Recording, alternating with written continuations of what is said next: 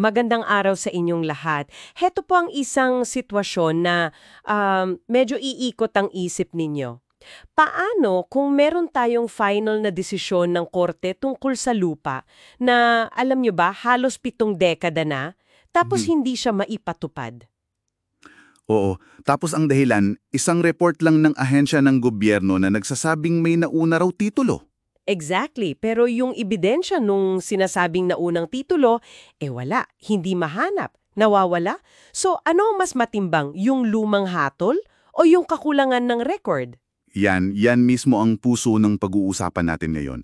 Galing ito sa kaso ng Republic of the Philippines laban sa heirs of Julian Santa Ana and Mercedes Santa Ana, GR number 233578, na may petsa na March 15, 2021. Tama, at ang ating misyon ngayon dito sa The Deep Dive, himayin itong kasong ito. Titingnan natin yung mga pangyayari, paano ito umusad sa mababang hukuman, ano yung issue na umabot sa Korte Suprema, at syempre, ano ang kanilang naging pinal na hatol. Sige, simulan natin sa mga facts.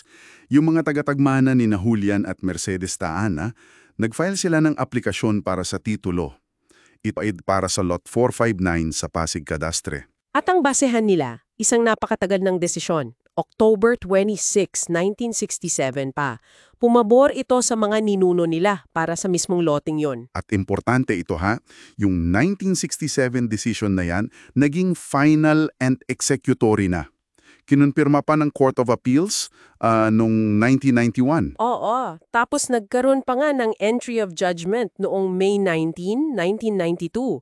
Kaya noong 1999 parang natural lang humiling na sila ng order for issuance of decree. Akala mo okay na lahat, 'di ba? Parang tapos na. Akala mo lang. Kasi dito pumasok yung Land Registration Authority o LRA. Sumagot sila. Naglabas sila ng supplementary report noong October 11, 2000. Ano ang sabi ng LRA sa report nila? Ayun na nga, sabi nila, may parte daw, isang bahagi lang naman daw ng Lot 459 na posibleng nasakop na ng isang naunang titulo. Galing daw ito sa Cadastral Case number 10, Cadastral Record number 984. Medyo technical pero Teka, cadastral case. Ano yun ulit? oo. Yung mga cadastral case noon, yan yung proseso ng gobyerno para sabay-sabay na ayusin at itala yung mga titulo ng lupa sa isang malaking lugar, like isang buong munisipyo. So, lumang proseso pa ito. Okay, gets. So, nagbabala ang LRA? Oo, nag-warning sila na kung i-issue yung bagong titulo para sa buong Lot 459, baka magkaroon ng double registration. At yan, malaking problema yan sa ilalim ng torrent system natin.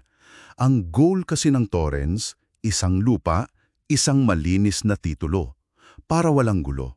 Dahil sa babala na yan ng LRA, ano ang ginawa ng korte, yung Regional Trial Court o RTC? Well, inutusan ng RTC yung mga tagapagmana. Sabi, kailangan daw nilang mag-submit ng amended plan.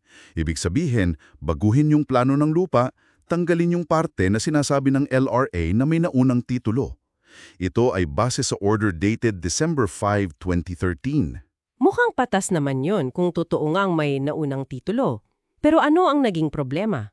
Dito na yung twist. Naghanap yung mga tagapagmana, masusing paghahanap, pero wala silang makitang kopya nung sinasabing desisyon sa Cadastral Case number 10. Walang titulo, walang technical description. Saan sila naghanap? Kung saan-saan.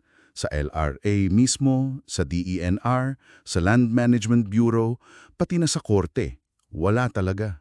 Ang tanging bakas lang daw ay isang simpleng notation, parang maikling sulat kamay o typewriting note lang sa page 80 ng LRA Record Book of Cadastral Lots. Yun lang, hindi dokumento. Isang notation lang, hindi mismong desisyon o titulo. Oo, notation lang.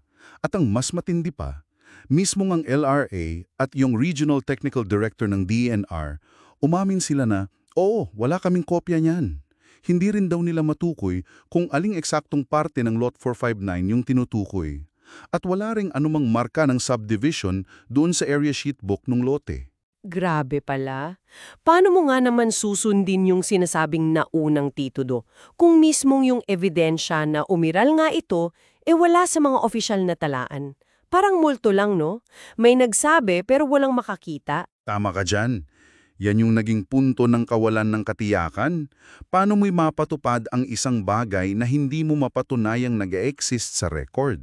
So, ano ang naging desisyon ng RTC of Pasig Branch 155 dito? Kasi sila yung unang humatol, diba? Oo. Sa kabila ng report ng LRA at yung kawalan ng ebidensya, nag-issue ang RTC ng orders noong August 17, 2014 at December 9, 2014. Ang utos nila sa LRA, i-issue ang titulo para sa buong Lot 459. Buong lote. Kahit may report ang LRA, ano ang reason ng RTC? Ang katwiran ng RTC, simple lang pero malaman. Una, nabigo yung mga tagapagmana na makahanap ng ebidensya nung naunang titulo kasi, wala talagang mahanap na record. At pangalawa, hindi raw makatarungan na yung mga tagapagmana pa ang mahirapan o maparusahan dahil sa kakulangan o pagkukulang sa pag-iingat ng record ng gobyerno. Sila pa ba ang magdudusa dahil doon? Makes sense. Hindi kasalanan ng aplikante kung yung ahensya ang walang maipakitang dokumento. Umakyat ba ito sa Court of Appeals? Siyempre, nag-apela yung Republic, represented by the LRA, papuntang CA. Pero, kinatigan ng Court of Appeals CA yung RTC. Ito yung decision nila dated August 14, 2017. Ano naman ang sabi ng CA? Halos pareho ng RTC.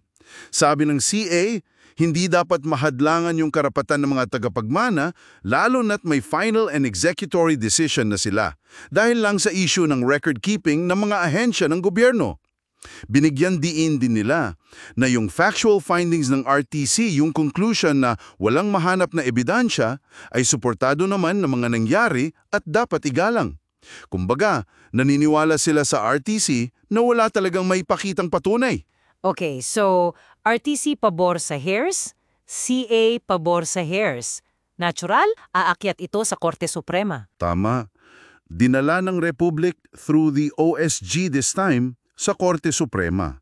At dito, ang pinakasentro ng issue ay tama ba ang CA nung pinagtibay nito ang utos na ipatupad yung 1967 decision para sa buong Lot 459 kahit pa may report ang LRA tungkol sa posibleng naunang pagpapatitulo na, again, walang konkretong ebidensya. Ano ang naging hatol ng Korte Suprema?